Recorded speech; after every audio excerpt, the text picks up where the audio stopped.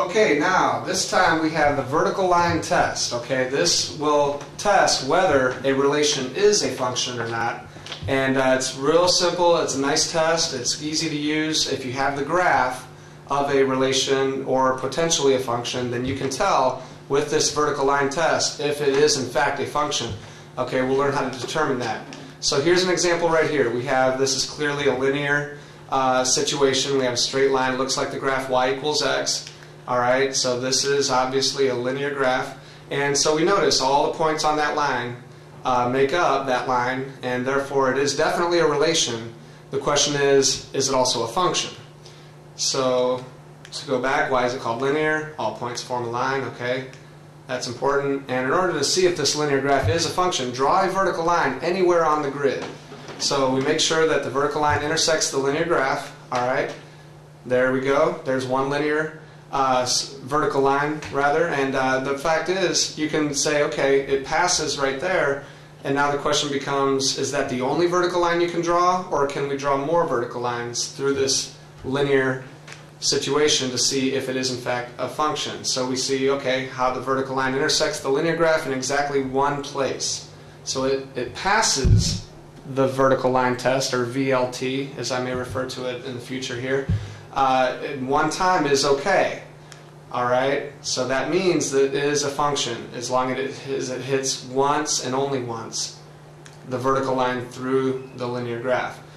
It doesn't matter where you put the vertical line. Okay, so let's try maybe another spot right there.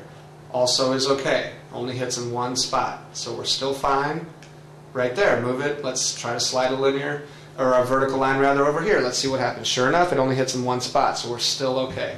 Alright, so if the graph is a function, the vertical line will intersect the graph in exactly one place. This is, in fact, the vertical line test, or VLT. Linear graph shows that for every x input, right there, there's exactly one y output.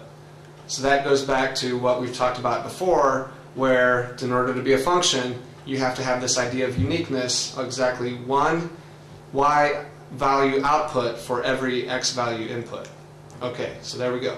Let's test this thing right here. This looks like a parabola opening down, the result of a quadratic, and see what happens here. If this will pass or fail the vertical line test, as we described a minute ago. It's called a quadratic, of course, because all the points formed a parabola. This parabola happens to open down, so therefore this must be actually a negative quadratic, as indicated by the downward graph, the parabola opening down. Let's test it out. Let's see if this is a function or not. Draw a vertical line anywhere on this thing. Okay? Is the graph a function? Then justify. So let's put a vertical line right here, for example. Alright, let's see what happens. The vertical line hits in exactly one place, one spot. So far so good. It looks like it passes. Yes, it is a function. Now the question becomes, okay, what if there's more than one vertical line? Can we test it out in other places? Will it still pass? So since it is a vertical line, intersects the graph in one point, this implies that for every x input, there will be exactly one y output. Okay, so far it passes. So far so good. So let's see. And then again, as I mentioned, it doesn't matter where the vertical line is drawn. Let's try someplace else. Let's slide it over here.